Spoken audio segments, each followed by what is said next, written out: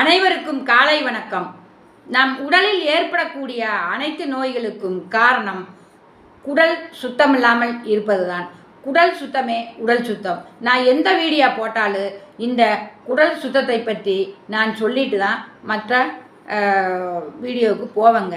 அந்த மாதிரி ஏன் சொல்கிறேன் அப்படின்னா, அடிக்கடி இந்த குடலை நம்ம, அதாவது வயிறு, சிறுகுடல், பெருகுடல், அதாவது இந்த மூணு சேர்ந்தது தான் ஜீரண மண்டலம்னு சொல்லுவோம். அந்த ஜீரண மண்டலம் நல்லா சீராக இருக்கணும் அப்படின்னா நம் குடலை சுத்தமாக வைக்க வேண்டும், அதாவது டீடாக்ஸ் பண்ண வேண்டும். அப்படி செய்து வரும்போது நம் உடலில் எல்லா பிரச்சனைகளுக்கும் தீர்வு நல்லா இருக்குங்க. அஸ்திவாரம் பலமாக இருந்தால் தான் நம்ம செவுறு வைக்க முடியும். அதே மாதிரி நம் உடலை ஆரோக்கியமாக வைத்தாலே நம் உடல் நோய்கள் இருந்து விடுபடலாம்.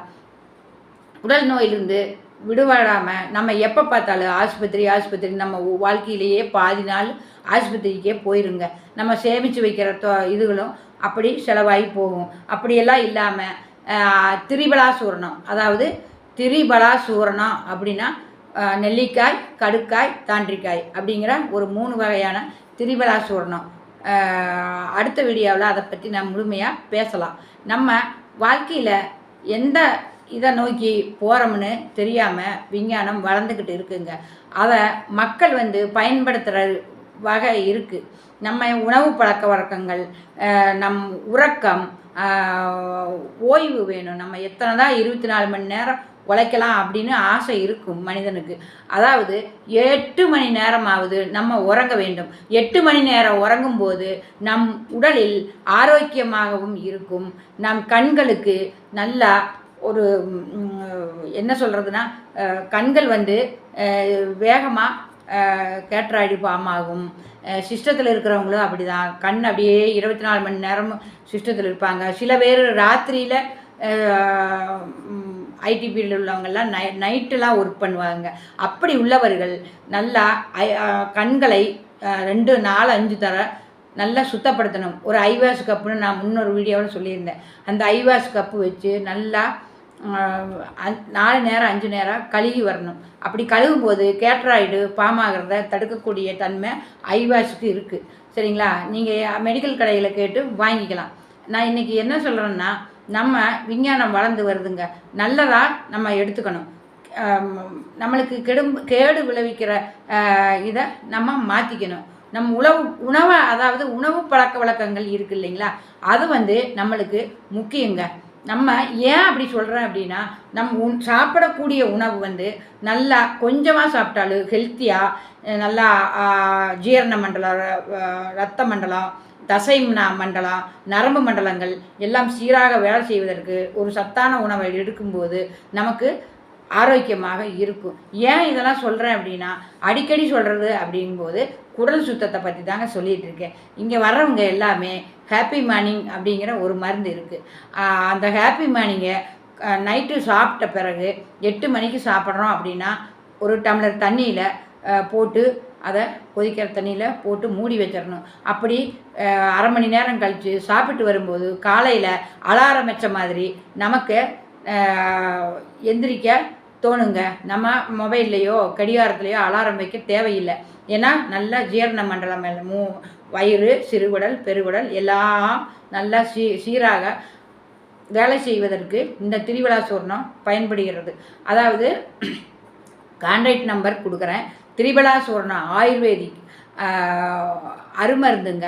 நான் டெய்லி ஒரு டீஸ்பூன் வீதம் சாப்பிட்டுட்டு வரேன். வயிறு உப்பசமாக இருக்காது, ஜீரணமெல்லாம் கரெக்டாக இருக்கும். நம்மளுக்கு எந்த வயிறு உப்பசமாக இருக்கும், கொஞ்சம் சாப்பிட்டோமா அப்படியே வயிறு உப்பிசமாக போய் வயிறு ஊதி ஓம் வாட்டர் எடுங்க, சுடுதண்ணி உப்பு கல் உப்பு போட்டு குடிங்க, அப்படி பெருங்காய பொடி போட்டு குடிப்பாங்க. எங்கள் பாட்டியெல்லாம் அப்படி தான் சொல்லியிருக்காங்க. அப்படி இல்லாமல் நம்ம சாப்பிட்ற உணவு நல்லா மென்று சாப்பிடும்போது நாவின் அடியில் உமிழ்நீர்லாம் சுரக்கு. அப்படி சுரக்கும்போது அது நல்லா மென்று சாப்பிட்டு வயிற்றுக்கு போகும்போதும் அது நல்லா ஜீரண மண்டலம் வேலை செய்யும். சிறுகுடலுக்கு என்ன வேலை அப்படின்னா, சத்தான உணவுகளை அது பிரிச்செடுக்கிற வேலை தாங்க பார்க்குது. அப்போ நமக்கு எல்லா வகையிலையுமே குடல் சுத்தத்தை பற்றி அடிக்கடி நான் சொல்கிறது இதுதான். சிறுகுடல், பெருகுடல், வயிறு, சிறுகுடல், பெருகுடல் இந்த 3மே நம்ம எப்போவுமே சுத்தமாக வச்சுக்கணுங்க. அதே மாதிரி கண் கண் கண் போ கண்ணு போனால் சூரிய நமஸ்காரம், கண்ணு கெட்டவனுக்கு சூரிய நமஸ்காரமா அப்படின்னா கண் இல்லாமல் நம்ம வாழ முடியாது இல்லையா? அது மாதிரி கண்களை எப்போவுமே நம்ம பாதுகாப்பாக வச்சுக்கணும். அதே மாதிரி ஒவ்வொரு விஷயங்களும் நம்ம மூக்கு சுவாசிக்கும் போதும் மூச்சு பயிற்சிகள் செய்யும் போதும் நல்ல ஒரு ரீதியில் அதை தெரியாமல் யாரும் செஞ்சு மோசமான நிலைக்கெல்லாம் போயிருக்காங்க. அப்படியெல்லாம் இல்லாமல் முறையான மருத்துவரையும் அணுகி முறையான மூச்சு பயிற்சிகள் எடுத்து உடலை ஆரோக்கியமாக வச்சுக்கிட்டாலே நம் சொத்து அப்படிங்கிறது நம் உடல் தானுங்க. அதனால் நம் உடலை எப்போவுமே ஆரோக்கியமாக வைக்கணும். நம்ம எதுக்கெடுத்தாலும் ஆஸ்பத்திரி போய்கிட்டு இருந்தா அப்படின்னா மருந்து மாத்திரைகள் எடுக்கும்போது கிட்னி, அதாவது கல்லீரல், எல்லா ராஜ உறுப்புகளும் சீர்கேடாகி நம்ம உறுப்புகளை நல்ல முறையில் வேலை செய்ய விடாமல் பாதிப்பு வரும். சில பேர் பாருங்கள், தலைவலி அப்படின்னா பாராசிட்டாமால், இல்லை அப்படின்னா ஆக்ஷன் 500 அந்த மாதிரி மாத்திரைகளை எடுத்துக்குவாங்க. அதெல்லாம் டோஸ் கூடுதலாக இருக்கும் சில மாத்திரைகள்லாம்.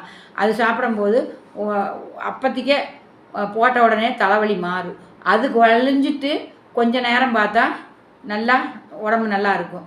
ஆனால் அந்த மாத்திரைகள் தலைவலிக்கு எடுக்கும்போது உடலில் போய் அந்த கிட்னி அப்படிங்கிறது ரத்தத்தை சுத்தப்படுத்தக்கூடிய ஃபில்ட்ரு பண்ணக்கூடிய கிட்னி பாதிப்படையுங்க. சில பேருக்கு பாதிப்படையும் போது டயாலிசிஸ்க்கெல்லாம் போயிருக்காங்க சரிங்களா? உடல் மொத்தம் கருத்த கலராகி பிளட்டை வேறு பிளட்டு ஏற்றி ஏற்கனவே இருக்கிற பிளட்டை வெளியே விட்டு அந்த மாதிரி சிரமமெல்லாம் நடக்கும். அதனால் நீங்கள் உடல் ஆரோக்கியமே நமக்கு உயிர் நாடி பொருள் நாடி அப்படின்னு சொல்கிறோம் இல்லைங்களா? அந்த மாதிரி நோய் முதல் நாடி அதுதணிக்கும் வாய் நாடி வாய்ப்புச் செயல் அப்படிங்கிற அர்த்தம் உங்களுக்கு தெரியும். அப்போ என்ன சொல்கிறேன் அப்படின்னா, நம் உடலை எப்போவுமே சுத்தமாக வைக்கும்போது நம் உடல் உறுப்புகள் எல்லா உறுப்புகளும் அருமையாக வேலை செய்யும். நம் ஆரோக்கியம் காப்பதற்கு நம் நலம் நம் கையில். நன்றி மக்களை.